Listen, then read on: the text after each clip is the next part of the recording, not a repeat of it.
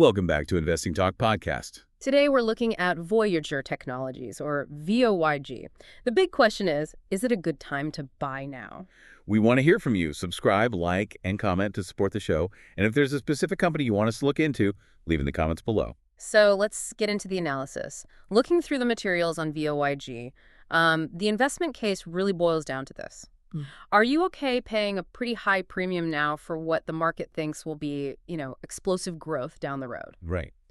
The basic idea is VOYG isn't really focused on profits right now. It's a high-growth defense and space tech company, and they're pushing hard on expansion, on strategic positioning. It's kind of a growth-at-all-costs approach. Which is definitely a high-stakes game. It is. But that gamble seems to be working out on the revenue side, right? Yeah.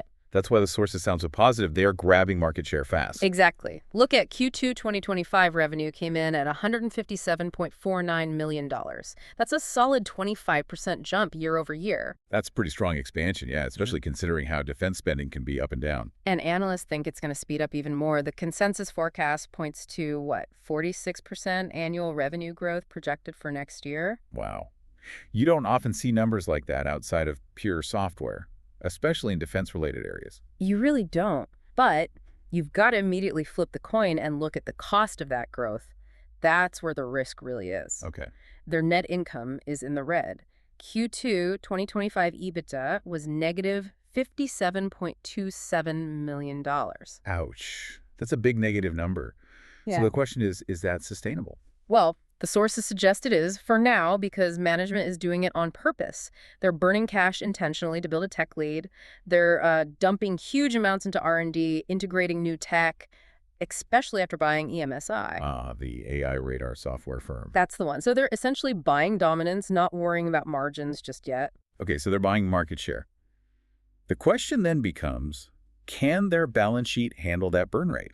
Do they have enough cash? Or will they need to raise more money and dilute shareholders? That's the crucial part. And the good news there, it seems, is that they are pretty solid financially. Market cap is around $2 billion, which gives them a good cushion. Provide some flexibility. Exactly. And liquidity for more deals if they want them. Cash levels are high, and importantly, their debt isn't crazy compared to their equity. It seems reasonable. So they have some runway. They do. And that financial flexibility is vital because it gives them time to actually execute the plan. Another clear signal here is that VOYG pays zero dividend. Right. So if you're looking for income, look elsewhere. Definitely. It tells you management is plowing every single dollar back into the business, developing tech, aiming for long-term value. So yeah, free cash flow is going to be negative near term. Which is pretty standard for this kind of high-growth tech play, especially in sectors like defense and space where the barriers to entry are so high. Totally expected operating strategy in this case. Okay, let's talk about those high barrier areas. That's really the core of their long-term advantage, their moat, right? What exactly are they doing that the big established defense companies aren't, or maybe aren't doing quickly enough? The sources point to three main cutting-edge segments. First, hypersonic missile interceptors. Please deal right now. Huge. Then advanced intelligence systems.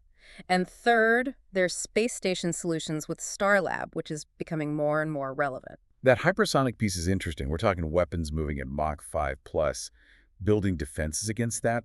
That's a massive global security need. Absolutely. VOYG's work there puts them right at the front of next-gen defense hardware. But I think the real game changer, structurally, is that EMSI acquisition. The AI radar firm again. Yeah, because defense isn't just about faster rockets anymore. It's about software that processes intelligence faster. EMSI gives them a serious edge in AI-powered radar and intel systems. They're shifting, from just a traditional contractor to more of an integrated hardware and software tech provider. And the leadership change seems to back that up, doesn't it? Getting that new CTO in 2025. Someone known for innovation, coming from the tech side of defense. That's right. It's boosted their innovation pipeline and, crucially, their credibility with the big defense clients.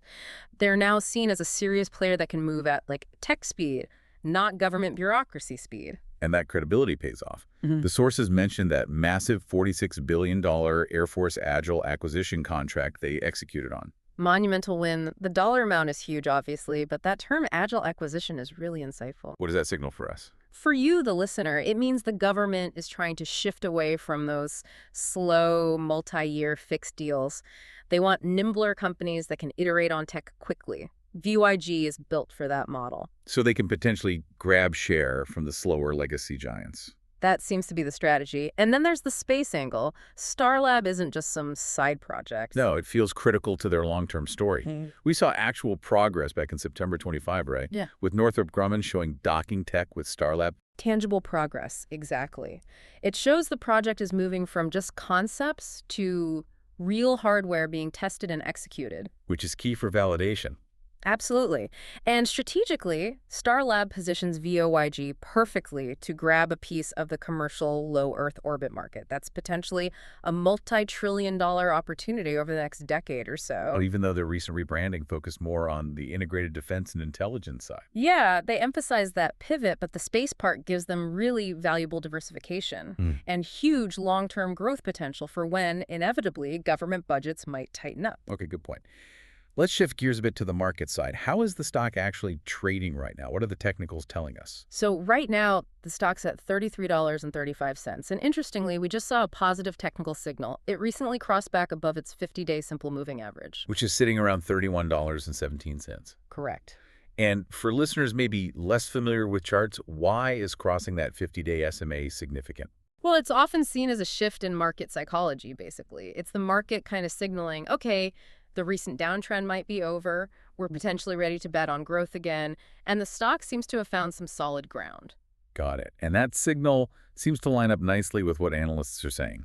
The sentiment there looks overwhelmingly positive. It really does. The consensus is a firm buy, and the average 12-month price target is pretty substantial, $47.71. Which implies what kind of upside from here? Depending on the day, somewhere between 36% 43% potential upside from current levels. And institutional investors, the big money, seem to be on board too, holding constructive positions. Okay, so the outlook is bullish, but you mentioned risk earlier. Yeah. Is it a smooth ride-up? Definitely not. You have to factor in the volatility. It's elevated, running about 7.13% monthly. So while the outlook is positive, the stock's expected to bounce around probably between $30 and $40 in the near term. So not a stock for the faint of heart. You need a plan for risk. Exactly. This isn't some sleepy utility stock. You absolutely need a defined risk management strategy, especially if you're thinking shorter-term trades. Right. Now let's talk timing. If the whole story hinges on them eventually making money, on that margin roadmap, when do we actually get some answers from management? The single biggest thing to watch, the most crucial near-term catalyst, is the Q3 2025 earnings report. That's scheduled for early November, like the 3rd or 4th. Okay, so coming up soon. Very soon. And that's the moment management really has to lay out a clear path to profitability.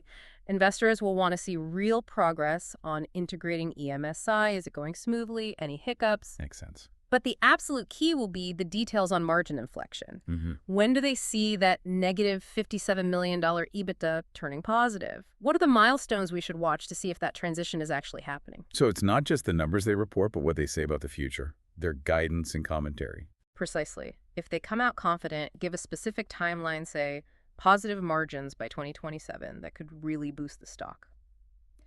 Beyond earnings, though, there's always the background noise, right? The rumors and buzz that can move the price short term. Sure. What kind of chatter is out there? Well, we're seeing talk about potential new strategic partnerships. Given their push into defense intelligence, the sources mention possibilities with big European defense agencies, maybe space groups. That would really widen their global reach. Okay.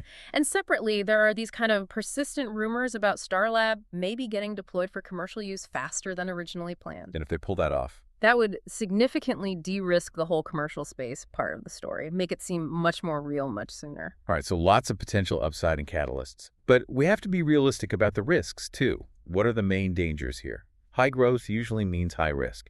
Absolutely. The number one risk, overarching everything, is internal, just failing to execute. We keep coming back to the losses, the negative EBITDA.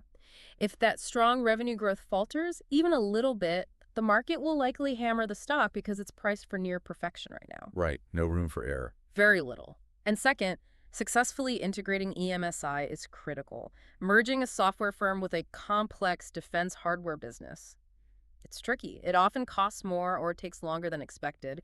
If that AI radar integration hits snags, that competitive advantage we talked about starts to look a bit less solid. Makes sense. Those are the internal risks. What about external factors? Externally, VOYG faces the usual headwinds for big contractors. Defense sector volatility is a real thing. Government budgets go in cycles, which can make revenue really lumpy. Feast or famine sometime. Exactly. They might win a huge contract, but the actual money flow might be uneven, messing with short-term results. And of course, they're not immune if the whole market takes a dive or if there's some major geopolitical event.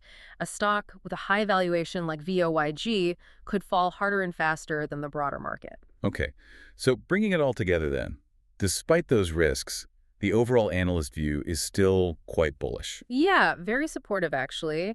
The average rating comes out to about an 8.5 out of 10 bullish. The core reason is their track record of aggressive revenue growth in these two really important sectors, defense and space, which both have strong long-term tailwinds behind them. Plus the proprietary tech and the big contracts. Exactly. They have the backlog in the tech to back up the growth story, at least on the top line. So for you listening, how should you think about this? Is VOYG more for traders looking for a quick pop, or is it a long-term hold? Interestingly, the analysis suggests it could be attractive for both, which is kind of rare. How's Well, for shorter-term traders, there's that volatility and the potential for catalyst-driven jumps, like around the Q3 earnings we discussed.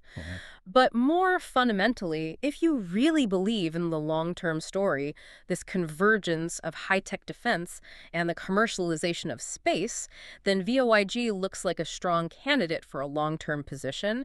You'd be aiming to capture that growth as the company matures and hopefully eventually turns profitable. So the heart of the matter isn't really whether they can build cool stuff for the future. No, they seem pretty good at that. It's whether they can eventually send out profitable invoices for it. Precisely. That's the challenge for Voyager Technologies. It isn't generating sales. It isn't winning contracts right now.